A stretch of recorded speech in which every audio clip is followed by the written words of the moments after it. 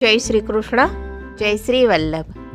આજના રાધે કૃષ્ણ સત્સંગમાં પ્રભુ શ્રી દ્વારકાધીશ કેમ કહેવાયા તે જોઈશું. પણ તે પહેલાં આપ રાધે કૃષ્ણ સત્સંગમાં જોડાવા માગતા હોય તો લાઈક કરજો, શેર કરજો અને સબસ્ક્રાઈબ કરજો, જેથી આવતા નવા તમામ પ્રસંગો આપના સુધી પહોંચી શકે. એક વખત ગોલોકધામમાં શ્રી મહારાણીમાં પોતાની નિકુંજના દ્વાર પર બિરાજમાન હતા. સામે આપશ્રીની સખીઓ બેઠી હતી. એવામાં પાછળથી ધીરે રહીને શ્રીજી પધાર્યા અને ઈશારો કરી સખીઓને કહી દીધું કે શ્રી અમને પ્રિયાને ન જણાવશો કે હું અહીં આવ્યો છું.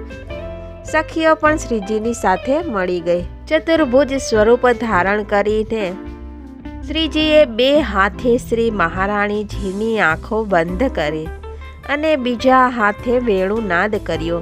શ્રી યમુનાજી પણ વેણુનાદ સાંભળવામાં તલ્લીન થઈ ગયા.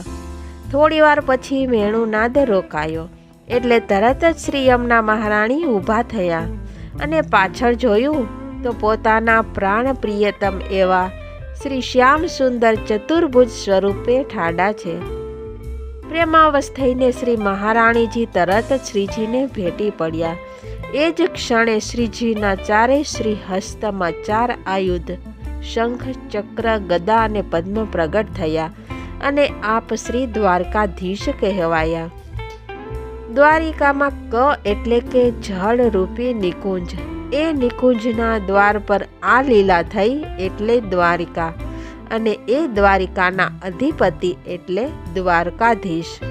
આ શ્રી દ્વારકાધીશ સ્વરૂપ એ પૃષ્ટિ માર્ગનું સૌથી પ્રાચીન નિધિ સ્વરૂપ કહેવાય છે, કારણ કે આ સ્વરૂપની સેવા સાક્ષાત બ્રહ્માજીએ કરી હતી અને ત્યારબાદ રાજા અંબરીશ અને ત્યાર પછી કપિલ ભગવાને કરી હતી. આ સાથે જ આપણે આજના સત્સંગને અહીં વિરામ આપીએ. ફરીથી મળીશું નવા સત્સંગ સાથે. જય શ્રી કૃષ્ણ, જય શ્રી વલ્લભ.